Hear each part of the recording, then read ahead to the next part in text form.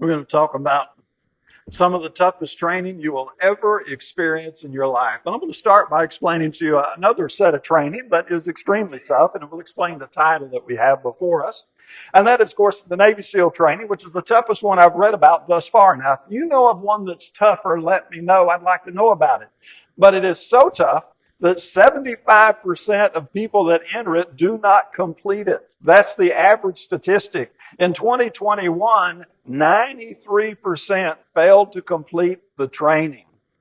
It's tough. It's really, really hard. And think about it a second. If you have people looking out for your national security, who do you want looking out for your national security? A bunch of folks sitting around watching TV, drinking sweet tea all day? I don't think so. I think you want some folks that are tough and know how to get in there and mix it up and take the risk and do what needs to be done. And I don't want to know everything that needs to know to be done on that level. I'm just glad we got some folks that do it. However, if they don't like the training, there is the infamous bell. And the bell is a place, and I think they move it around wherever they're at. And anytime you say enough is enough, all you got to do is ring the bell, and they will let you go. Now, ringing the bell is not a victory. Ringing the bell will give you some temporary relief. It will get you out of the training. But ringing the bell does not get you graduation. Ringing the bell, giving up, quitting, what it does to you is it gives you a would have, could have, should have kind of a mentality. It gives you a bitter taste in your mouth because for the rest of your life you have to live with, I chose to quit. I gave up. And it's kind of neat because you know what happens is you have young men, they're all enthusiastic, they're full of, energy and can do. And then they're filling out the application, they're going, I can do this. I'm going to be one of the 25% that get through. I'm going to be one of them that excel. And they have all this enthusiasm and energy. And then the training starts. And as one boxer said, everybody has a great plan until you get hit in the face. Now, when the emotional fatigue sets in and the physical fatigue sets in and doubt can creep into your thinking and you start going, man, I don't know if I can complete this or not. That bell's looking a whole lot better. 75% on average ring the bell and quit. Can't take it. It's tough. Now, I'm going to tell you that our straight and narrow way is even tougher. When Paul said, present your body a living sacrifice, be transformed by the renewing of your mind, that's way tougher than it sounds when I say it from the pulpit. When Paul said in Philippians 3:8, I count all things as loss, that's way tougher than it sounds from the pulpit. And when he said that those seeds that were choked out by the worries and the cares and the pleasures of this life, we say, I'm not going to be choked out by pleasures of this life. Watch out. It's easy to say when you're filling out the application. It's easy to say when you're just getting a start. But when life gets tough and the emotional fatigue sets in and the mental fatigue, and you're really not sure anymore, can I really do this? Ringing the bell's easy. And you can ring that bell anytime you want to. Now, the funny thing about our bell, you can ring it and nobody can hear it. You can ring that bell in your heart and say, I'm done, but still sit on the pew. Because sitting on a pew doesn't make a person a Christian. It just makes them somebody that's in the church house. That's not Christianity. It's way, way deeper than that. And so there are people who do ring the bell. Now, we don't know they ring the bell, but they ring the bell, and God knows they ring the bell, and that's between them and the Lord. And I'll leave it there. So what is it that gets that rare 25% through the most vicious, tough training you can imagine? And I'm going to tell you what gets them through, in my opinion, and what little I've studied, and I've listened to those guys be interviewed. It's a faith in themselves that they can do it. It is a tenacity, a determination that no one will stop me. I am going through this no matter what. One of the more popular former Navy SEALs, and I do not highly recommend you look him up on YouTube because he is former military, if you know what I mean, how that can impact the language sometimes. But David Goggins went through the training 3 times before he graduated. He was that determined. Had that kind of tenacity, that bulldog, I will never, ever, ever quit. He was one tough individual. Later on, he went through 2 other special trainings. That's another story. So what gets a guy through that is the faith that I can do it. It's not over till I say it's over. It's not over till I graduate. It's not done till I complete the course. When I can stand before God, bow before His throne, and hear, well done, now good, now it's over. That's the kind of faith. So let's talk about faith a moment. Hebrews 11:6, and I know you know this one. A lot of you have it memorized. Without faith, it's impossible to please Him. For he who comes to God must believe that He is and that He's a rewarder of those who seek Him. Of course, I love the old King James, New King James, the rewarder of those who diligently seek Him. You've got to believe. You've got to have a faith. This is a faith that really believes that God is and there is a reward on the other side. But I want to do this a little deeper because this is not all there is to faith. But there is also Philippians 4:13. I can do all things through Christ who strengthens me. Now let that one settle in a minute because we have two sides to faith. I must believe that God is and He's a rewarder. I've got to have that one. It's impossible. But if I don't have Philippians 4:13, I can do it through the equipping of Christ. If I don't have that second half, because see, that's where Satan sneaks in on you. He goes, do you think you can really do it? This is going to be hard. Do you think you can stand alone? Do you think you can put in the time? Can you really let go of the world? Can you let go of the cares and the pleasures and all that stuff in life? You better, no, this is too hard for you. And unless you believe, stick your name in the sentence, I can do it. I've been created in the image of God. You have been created in the image of God. He did not create us to fail. He created us to succeed. But what we must bring to the table is the faith that I can do all things through Christ who strengthens me. Now, how do I get this into a neat analogy? And I'm going to give you the best I can. Think about an athlete and a coach. So you've got your Tom Brady out on the football field. I don't know if he still plays or not, but I'm going to use that name because I just heard him interviewed a day ago. I got my Tom Brady on the field. He's the quarterback. He's the one playing the game. He's the one taking the hits. He's putting in the time on the field. The coach is on the sidelines with the playbook telling Tom Brady what to do, right? And as long as Tom Brady believes in the coach and believes in his own ability, Tom Brady became Tom Brady. Now, had Tom Brady sat around and went, I can't. I don't believe I can do that. Oh, that looks hard. Tom Brady would have never been Tom Brady. What I'm trying to tell you is that you and I are the soldiers on the battlefield. We've got to believe in our higher command, and our higher command said, here's your playbook. Here's the strategy. If you will do this, you can do it.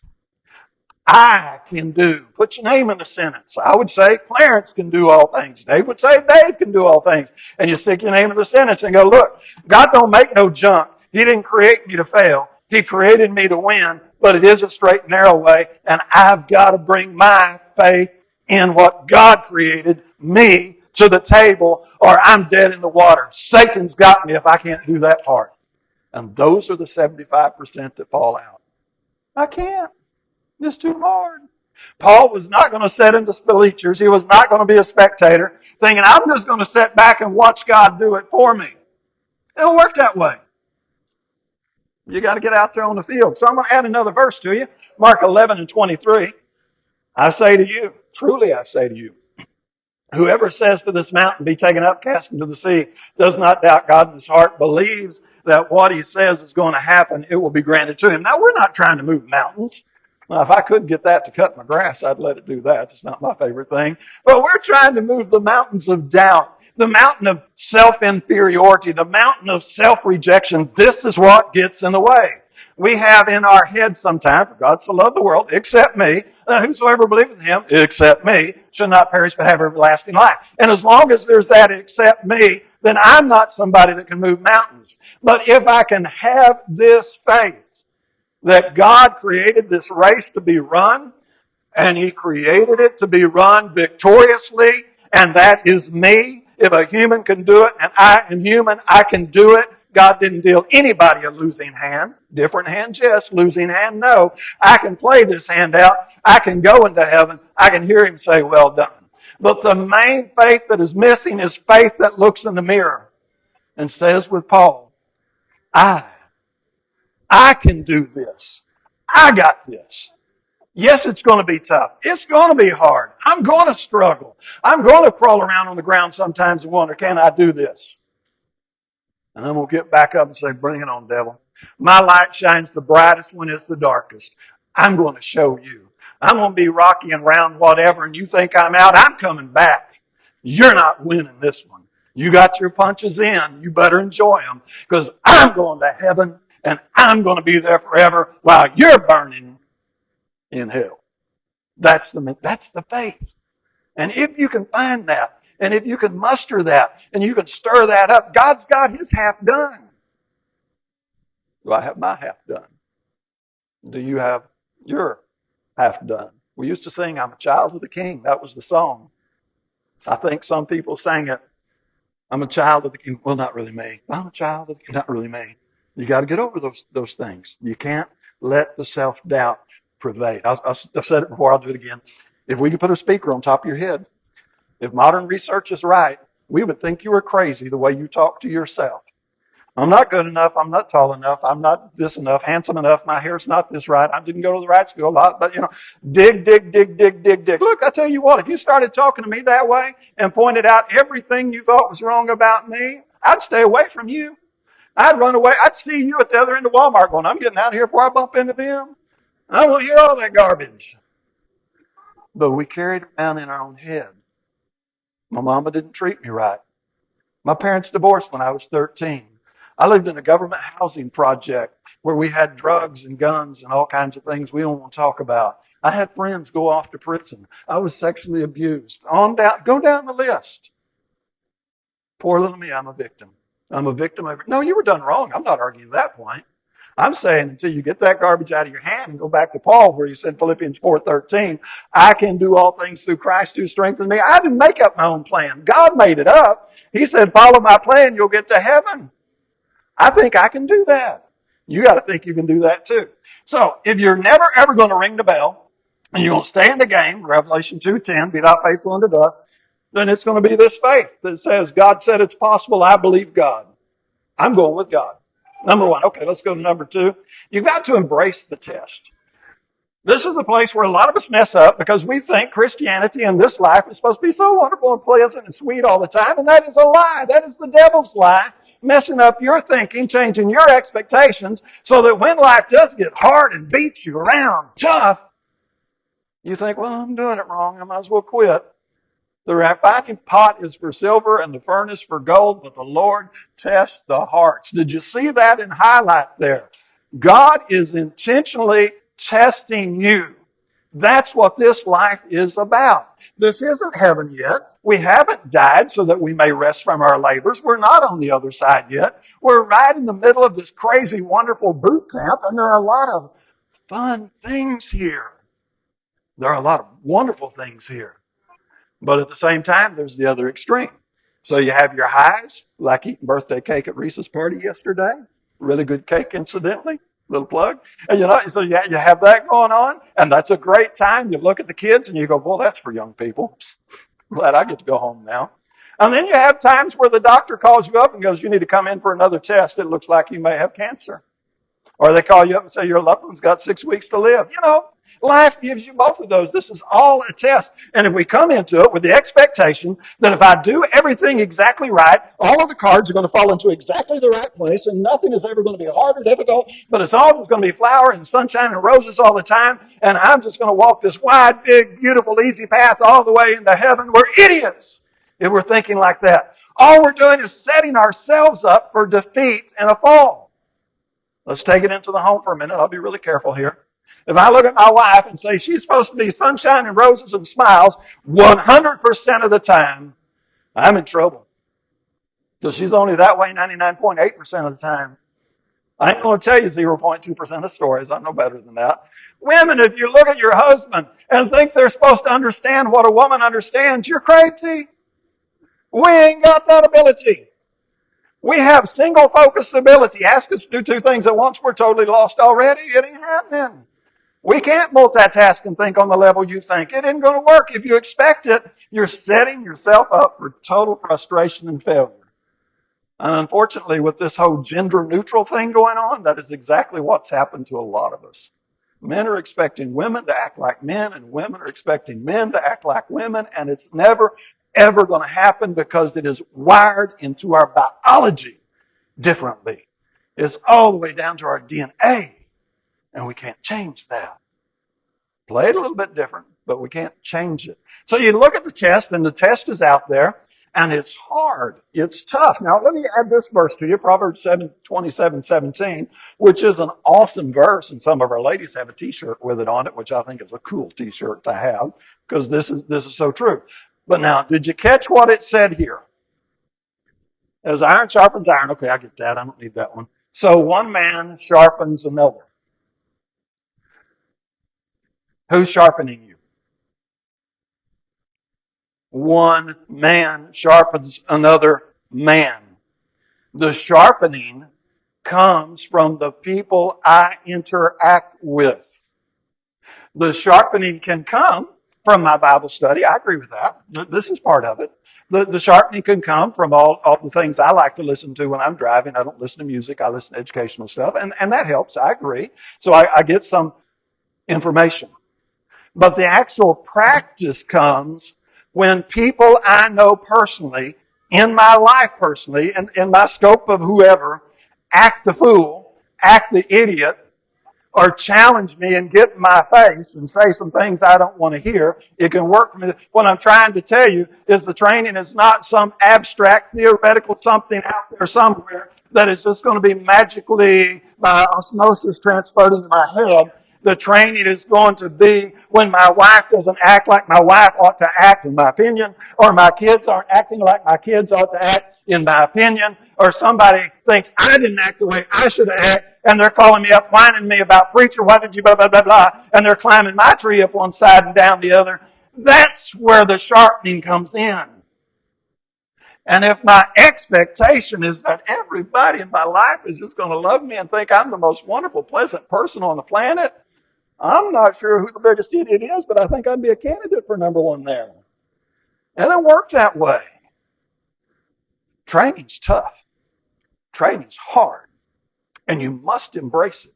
Because we're not just training for a promotion at McDonald's here, guys. We're training to graduate into heaven to live with God forever. And as I've said before, I'll say again, you ain't letting just any old body move into your house, are you? I don't think God is either. He says, I don't want any liars in here. And he lists a whole lot of other folks he don't want in there. And so you get in the training, you embrace it, and when it gets hard, you just say, hey, this is life asking me, how bad do I want it? Do I really want it bad enough to get back up, dust myself off, and accept the training, accept the lesson I learned? I messed up. I dropped the ball. I need to do better next time. Do I want it that bad? Or would I rather go sit in the dugout and go, it's not fair, coach is too hard on me, that guy throws the ball too hard, the sun was in my face, it's hot out here. No multi-million-dollar contracts coming for that one, is there? It worked that way. You know, I know it's kind of a snarky phrase, but we need to just learn to look in the mirror. Do not say this to someone else unless you've got a real solid relationship. But we need to learn to look in the mirror and go, suck it up, buttercup. This is real life. This is the real deal. This is the test about whether I make it to heaven or not. This is the audition. I'm going to bring my act together. I'm going to play the best game I know how to play. I'm going to embrace the test. Then I'm going to follow the leader. Be imitators of me, just as I also am of Christ. Now, this is Paul writing, so in this part of it, Paul's our leader, and we're going to go. Let me go ahead and get my glasses on first. We're going to go to that passage there. I'll give you a minute because I put my ribbon there. I knew this verse was coming.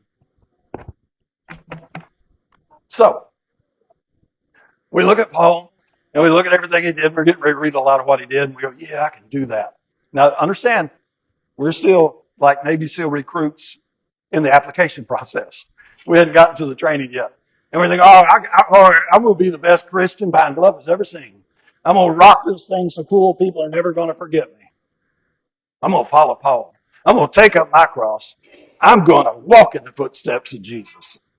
Good attitude. I like that. I hope you're thinking that.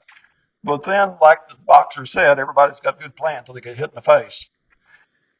Starting at verse 23, 2 Corinthians 11. Are they servants of Christ? I speak as if insane. I'm more so. In far more labors, in far more imprisonments, beaten times without number, often in danger of death. Now, how many times have you been in danger of death? Now, I know some of you think you're going to die because this preacher's going on too long and he's going into overtime. So you call me over to you. I'm going to call you CW, clock watcher. Hey, we get to do it both ways, right? We think we're not going to get it through, but I've never been in danger of death. I've had people angry at me and say some bad words, but never danger of death. 5 times I received from the Jews 39 lashes. You? Me neither. 3 times I was beaten with rods. Once I was stoned. Side point, I had to explain to my inmates that doesn't mean he smoked weed. I kid you not. 3 times I was shipwrecked. A night and a day I have spent in the deep. Well, you can't get me in a boat for 30 minutes, let alone what Paul went through. I've been on frequent journeys and dangers from rivers, dangers from robbers, dangers of my own countrymen, dangers from the Gentiles, dangers in the city, dangers in the wilderness, dangers on the sea, dangers among false brethren. I've been in labors and hardship through many sleepless nights, in hunger and thirst, often without food and cold and exposure. Apart from such external things, there is the daily pressure on me of the concern for all the churches. Wow. Yeah, my leader's tough. He's way tougher than I am. And the one above Paul literally, not figuratively, literally picked up a cross and carried it as far as he could to Calvary. And then he laid down on it willingly, stretched out his arms. And I love what the meme says. He laid down on the cross and stretched out his arms and said, I love you this much. Because it wasn't the nails that held him to the cross. He could have called 12 legions of angels anytime he wanted.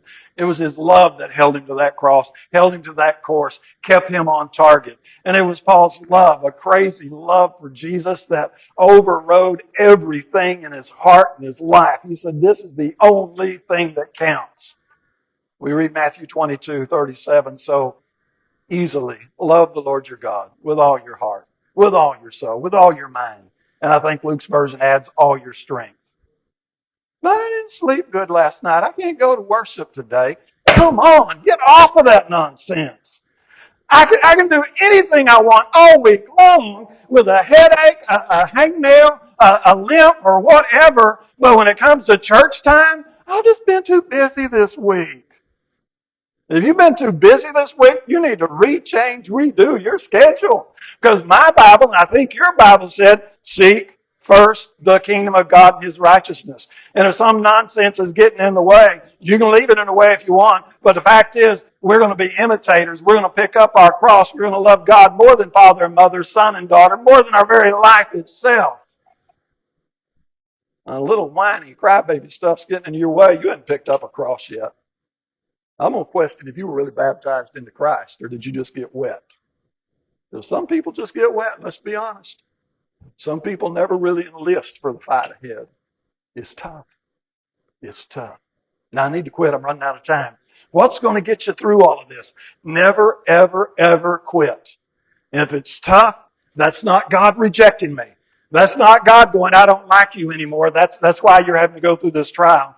That's God saying, I saw you start. I'm going to use my karate analogy. I saw you start at a white belt. And you got through it. You got your yellow belt. I'm proud of you there. And then you got your orange belt. And you got your blue belt. And you got your purple belt. And now you're on your brown belt. But in order to go from that brown to that black belt, it's going to be a tougher test than you've ever faced. And I wouldn't let you take that test if I didn't know you were ready for that test. And so He brings us up for the testing. Now that's not exactly true 100%. Because life is going to kick you and kick you hard and drive you into the ground, whether you trained or not. I don't care what your training is. One of these days, you're getting a phone call. Man, I hate to tell you this, but your mama died. I don't care if you trained for it or not. Your mama's dying.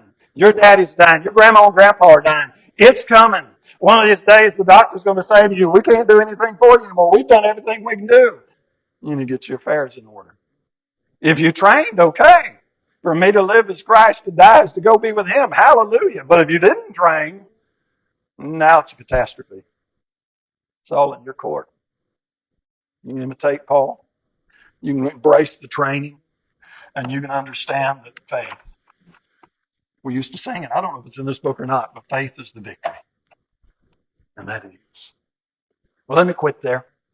If I went on to the rest of my points, we'd be here till 1 o'clock. Frankly, I'd kind of like to go eat. So, one day you'll stand at the bar on high. One day, your master you'll see. What will your answer be? That's the question. If you're pressing that straight and narrow way and you're in the growing process, I've got no problem with the growing process. You've got to start at a white belt and move your way up. But if you've stalled out and you've been at a white belt or yellow belt too long, it's time to have a tough talk with yourself. If we can help you in a public way, let us know. While I go stand and sing.